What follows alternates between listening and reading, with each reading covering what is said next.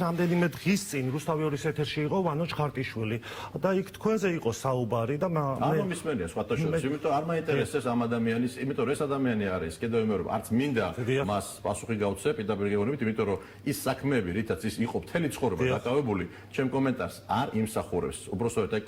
კომენტარზე აღარ არის ჩემთვის საინტერესო, იმიტომ რომ თქვენ ძალიან მარტივად შეგიძლიათ ერთი ფრაზა ამოიღოთ ინგლისელი მოსამართლის კომენტარი ინგლისელი მოსამართლის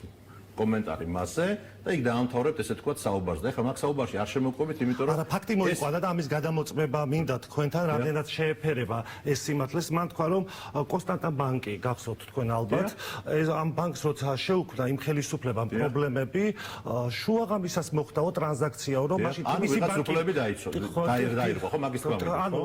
რაც თქვა მე იმას ვამოწმებ ახლა თქვენთან რომელ წელს იყო ხო არის ეს იყო 2000 წამი წინა ხელისუფლების დროს ეხლა რომელი წელია 2018 წელი მე ამოცნება სამართლიანობის აღდგენა ხო დაგბირდა არა მოიცა ხო დაგბირდა დავასრულებ შეკითხვას და არა მივხვდი რა საიტებაც მიდიხართ რომ არასწორად მოხდა ვიღაცის დაშინება ანუ შუაღამისას ანუ ტიბისი ბანკიდან გაიცა 12 მილიონი ანუ ორკესტრირებულად მუშაობდაო ტიბისი ბანკი და მაშინდელი საქართველოს ხელისუფლებაო და თქვენ მაშინ მიეხმარეთ მართლა ან ერთ მხარეს ან მეორე მხარეს რომ 12 მილიონი მიეცათ პროკურატურისთვის მე მინდა გითხრათ რომ ეხლა რომელი წელია თუ ვიგეთ 2020 ხო ჩვენ ლაპარაკობთ 9 წელს წინანდელ ამბავზე ხო ეს ხელისუფლება რა ლოზუნგით მოვიდა სამართლიანობის აღდგენით ხო თუ ესეთი ფაქტი მოხდა თუ ეს ფაქტი მოხდა ვიღაცა დაიჩაგრა ვანო ჩხარტიშვილი რომელი ადვოკატია რატო არ აღადგინა რატო არ იჩივლა ვიღაცამ და ეს ფაქტები ის ხალხი ვინც დაზარალდა რომელი ადვოკატია ვანო ჩხარტიშვილია კონსტანტა ბანკის იმ ესე თქვა ისინი ჩვენი პარტნიორები იყვნენ თელი რამოდენიმე წლის განმავლობაში ერთად ვაშენებდით ფაქტი იყო ასეთი რომ ღამე გაეცეთ კიდევ მე ამ ფაქტს არ ვადასტურებ და თუ ესეთ რაღაცას ამბობს და თუ ესეთ რაღაცას აღადგინოს ოცნების ხელში არ არის სასამართლოც პროკურატურაც რომელიც მინდა რა ქვია ნაციონალური მოძრაობიდან პორტირება გაუკეთა ეხლა თქვენ მაგას უარყოფთ მურუსიძე სასამართლო შექმნა ადამიან გვირგვირიანზე მე მეუბნებით რომ რატო არ მიატოვე ბიზნესი და პოლიტიკოსი რატო არ გახდიო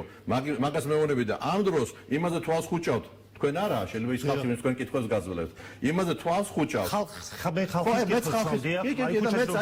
მე თქვენ გეუბნებით რომ მე ხალხმა გაიგოს და ადამიანმა გაიგოს და იმაზე თვალს ხუჭავთ რომ ამ ადამიანმა თავისი ადვოკატი პირადი ადვოკატი სხვა შორის ის ადვოკატი რომელიც იცავდა მის უფლებებს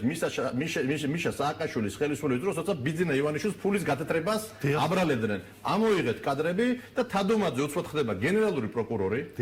თადუმაძე უცბად ხდება ეხლა მოსამართლე მურუსიძე რომელიც იყო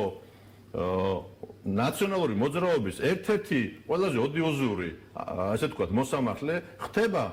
მუდმივად არის გამწესებული მოსამართლედ ფარცხალაძე და ეს კატეგორია და ეხლა თქვენ გეტყვით რომ ამ ხალხზე გავაკეთო კომენტარი